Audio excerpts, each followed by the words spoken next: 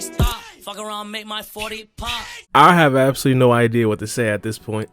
This episode right here was absolutely amazing. Arguably a top 3 episode of the Boruto series thus far. Some people might even say top 2, and it's not 2. This episode right here was absolutely gas. We got some things that I didn't even expect that we were going to get. We also got some heavy differences from the Boruto manga to the Boruto anime, and we also got, obviously, Naruto entering Baryon mode in this episode. Now, I don't know why I had my doubts, because I went over the staff behind this episode, and the staff behind this episode was damn near a dream team, and also had essentially the Godfather doing the storyboard for this episode. And I somehow thought we'd possibly be a little bit disappointed, man. I was completely wrong. I think one of the first things that we have to talk about has to be the actual fight scene. Isshiki Otsutsuki versus Naruto and Sasuke. And I guess you could throw in Boruto a little bit. Isshiki Otsutsuki looked absolutely dominant in this episode. There was nothing that Naruto and Sasuke could do against Isshiki Otsutsuki. And this right here is essentially what happened in the Boruto manga. I might even go ahead and say that Isshiki Otsutsuki looked more dominant in the anime than he did in the Boruto manga. And the crazy part about this is that Isshiki Otsutsuki wasn't even really going 100%. Like, it seemed like he was playing around like throughout the whole thing, and he really just made it look absolutely easy. Now, in regards to the fight, it looked absolutely amazing. Animation was there, animation was crisp, the art style was crisp as well. And I'm not necessarily gonna say it looked as pretty as like an episode 65 with Naruto and Sasuke versus momoshiki, or even like a Naruto and Sasuke versus Jigen, even though I think that right there might be even debatable. I thought that this episode right here would definitely look the best, especially the fight scenes. And I don't know if it's just me, but it seemed like Isshiki Otsutsuki really had a personal problem with Sasuke. It's like he was targeting my man.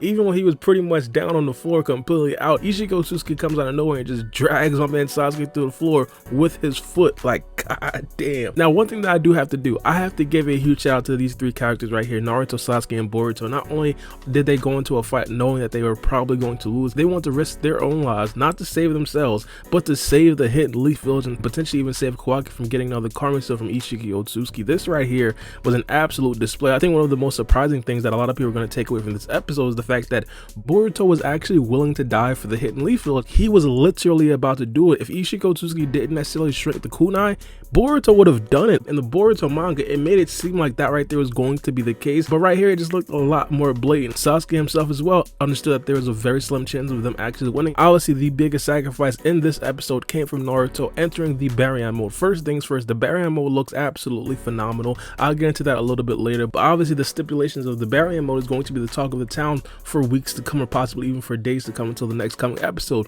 where Kurama told Naruto expressively, you will die if you enter this mode. This right here is essentially a last stand, a trump card if you will, and of course because of that it makes it seem like Naruto, or not even makes it seem, flat out says Naruto is going to die after this battle right here, which is going to be absolutely insane. Now obviously the manga readers know exactly what's going to happen in the future. I want you guys to be quiet, calm down, but Naruto's willingness to do something like this really speaks volumes. But now on the Baryon mode itself, the Baryon mode looks absolutely amazing. I talked about this yesterday, how in the actual announcement Naruto's Baryon mode didn't necessarily look that good, but I told you guys in Boruto anime, and a lot of you guys even before I even said it in the replies to that tweet and in the comment section of my video, you guys already knew Baryon mode in the anime is going to look a lot better, 10 times better, and that's exactly what happened in this episode right here. I might even go out on a limb and say the entrance of Baryon mode in this particular episode right here was a lot better than the entrance of the Baryon mode in the Boruto manga, which is saying a lot, mainly because over the past couple of episodes the manga has been absolutely destroying the anime. But this right here,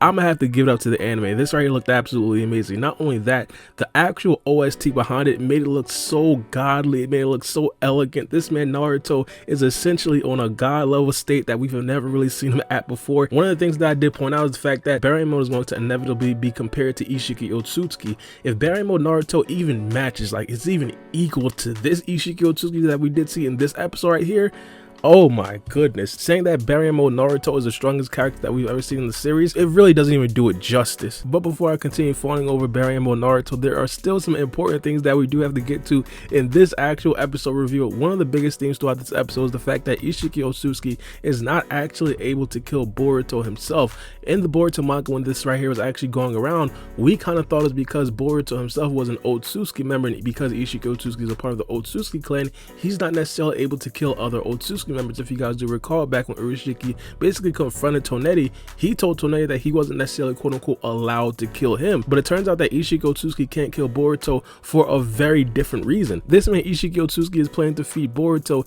to the 10 tails. And by the way, I do have to give credit where credit is due. This right here was emphasized a little bit more. It had a little bit more of a build up in the Boruto manga, but Isshiki is essentially trying to feed Boruto to the God Tree, and at this particular point, it's essentially like a 100% he has to do it. Mainly because Isshiki Otsutsuki is already alive. It turns out that his original plan was to feed his original vessel, which is Jigen, to the God Tree. Now that right there in itself wasn't even ideal, mainly because he'd have to wait until Kawaki would have fully matured with his karma seal. But not only did Kawaki lose his karma seal, but also Jigen is already dead, so now he has to save Boruto. It's now a necessity, not necessarily the icing on the cake like how it was before. As Boruto said, because of the appearance of Boruto, they didn't necessarily have to wait anymore. The time limit was absolutely diminished. Now it's a necessity, so he's not necessarily going to kill Boruto, and I think Isshiki Otsutsuki did a very good job playing into this, and I'm super glad the Boruto writers allowed Isshiki Otsutsuki to handle Boruto in this way. If Isshiki Otsutsuki would have just ignored Boruto, like throw him far away or something like that, it wouldn't necessarily have the same impact. Isshiki Otsutsuki wouldn't necessarily seem that devious in this episode.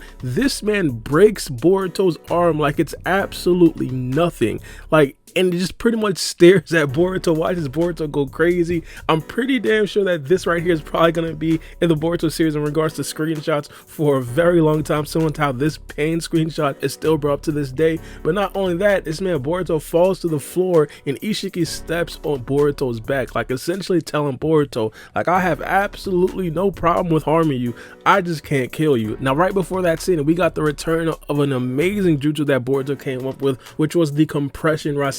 I'm not even gonna lie, at first glance I thought that Isshiki Otsutsuki was trying to shrink Boruto's Rasengan, but it turns out that that right there wasn't actually the case. Boruto was intentionally using the actual compression Rasengan to potentially try to hit a small point to actually shatter the brick.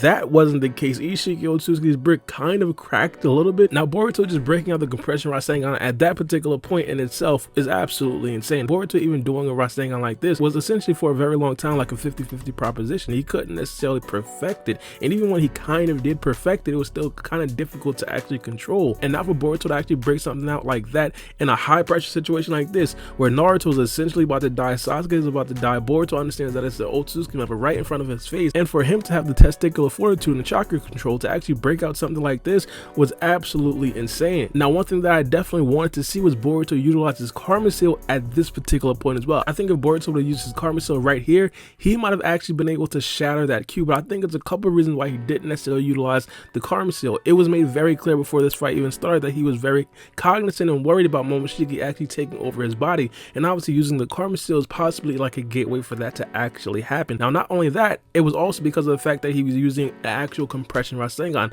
a very delicate jutsu, and Boruto himself might not have reached that level of chakra control while he does have the karma seal. And one of the last things that I definitely do want to point out, I gotta give huge props to Katsuki and Sumire for sitting down and actually staying with Kawaki in times like this. We understand personally that Isshiki Otsutsuki is absolutely dominating the battlefield, and they themselves even know that that right there is an actual possibility. Them to be actually sitting with Kawaki is literally putting their own lives at risk. Like, they're actually willing to risk their lives to maintain the safety of Kawaki and the model at this particular time, which is absolutely insane. Kawaki also had a very good part in this episode, him actually realizing what is going on. I talked about how his reaction to this could possibly be very interesting.